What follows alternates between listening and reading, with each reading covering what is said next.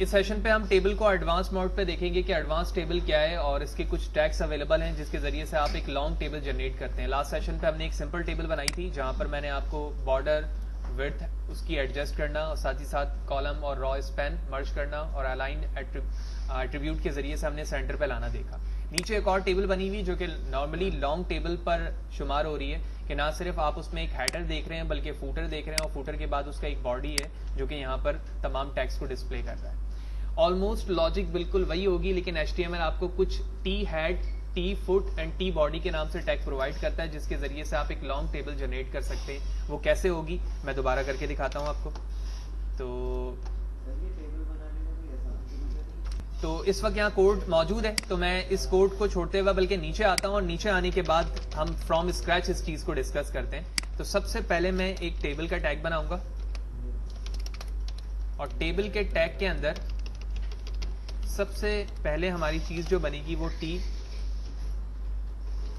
Head बनेगा। तो T head का टैग ओपन हुआ और टी हेड का टैग क्लोज हुआ। उसके बाद फिर हम टी बॉडी बनाएंगे और उसके बाद फाइनली टी फुट बनाएंगे। तो एक्चुअली ये तीन टैग्स जो हैं कोई टेक्स्ट इफेक्टिव नहीं है, लेकिन सिर्फ और सिर्फ टेक्स्ट जो एरिया जहां पर मौजूद है उस पे बड़े इफेक्टिव हैं कि जो बॉडी आप जिस एरिया के अंदर मौजूद है आप इजीली उसको हैंडल कर सकते हैं और वहां पर जब आप टेक्स्ट लिखेंगे तो वो इसी एरिया पे शो होगा जो आप अपने ब्राउजर पर रन होने के बाद दिखाना चाह रहे हैं एज लाइक दिस। तो यहां पर ये एरिया जो हमारा हेड का है, ये पूरा एरिया बॉडी का है, जबकि हैप्पी न्यू ईयर्स जो लिखा हुआ है ये हमारा फूट का है। तो लिहाजा इसके लिए सबसे पहले मुझे क्या करना है, टी हेड के अंदर आकर एक टेबल रॉ जनरेट करना है और इस टेबल रॉ के अंदर एक टेबल डेटा बनाना है और टेबल डेटा के अंदर मुझे क्या लिखना है, जिस तरह यहां लिखा हुआ है जनवरी 2012, तो मैं यहां पे लिखता हूं जनवरी 2012 और साथ ही साथ मुझे इसे मर्ज करना है। तो मैं यहां लिखता हूं कॉलम स्पैन 7, क्योंकि नीचे जो वैल्यूज मौजूद हैं वो 7 है, ठीक है ना, डेज और उसके बाद जो डेट्स लिखी हुई हैं। और साथ ही साथ मैं इसे अलाइन कर देता हूं सेंटर। तो अब क्या होगा कि ये डेटा ना सिर्फ सेंटर पे होगा बल्कि साथ ही साथ अपने आने वाले सेल को वो क्या कर लेगा, आपस में मर्ज कर लेगा। यहां तक हमारा काम खत्म हो गया। अब मैं टी बॉडी पे चलूंगा। टी बॉडी पे मुझे सबसे पहले डेज लिखने हैं, सैटरडे संडे डेट्स के नाम। तो लिहाजा T R open, T R close, N T D, और इस टी डी के अंदर हम लिखते हैं Saturday,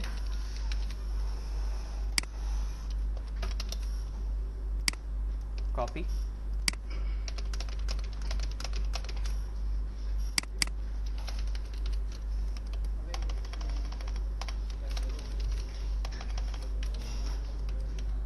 Monday and Tuesday,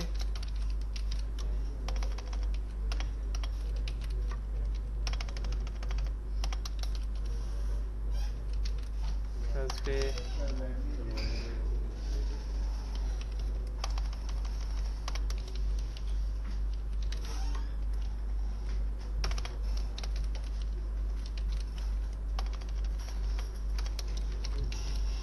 okay, these all are the names. Control S करता हूं, ब्राउजर पे चलता हूं, रिफ्रेश करता हूं पेज को, सो हियर इट इज, ठीक है, बिल्कुल एज लाइक दिस। तो अब मुझे क्या करना है, बॉर्डर जनरेट करना है टेबल पे।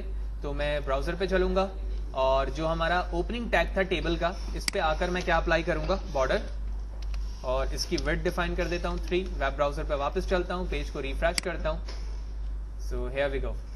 यहाँ पर हमारी टेबल जनरेट हो चुकी है। अब मैं क्या करूंगा, जो टी बॉडी के अंदर मैंने डेज लिखे हैं ना, इसी डेज के टेबल रॉ को कॉपी करूंगा और नीचे मल्टीपल टाइम पेस्ट करके उसको किससे एक्सचेंज कर दूंगा, नंबर से, जो उसमें लिखा हुआ 1 2 3 4 5 6। अब नंबर हमें एक्सचेंज करना है, लिहाजा इसे कॉपी करूंगा और मल्टीपल टाइम क्या कर दूंगा,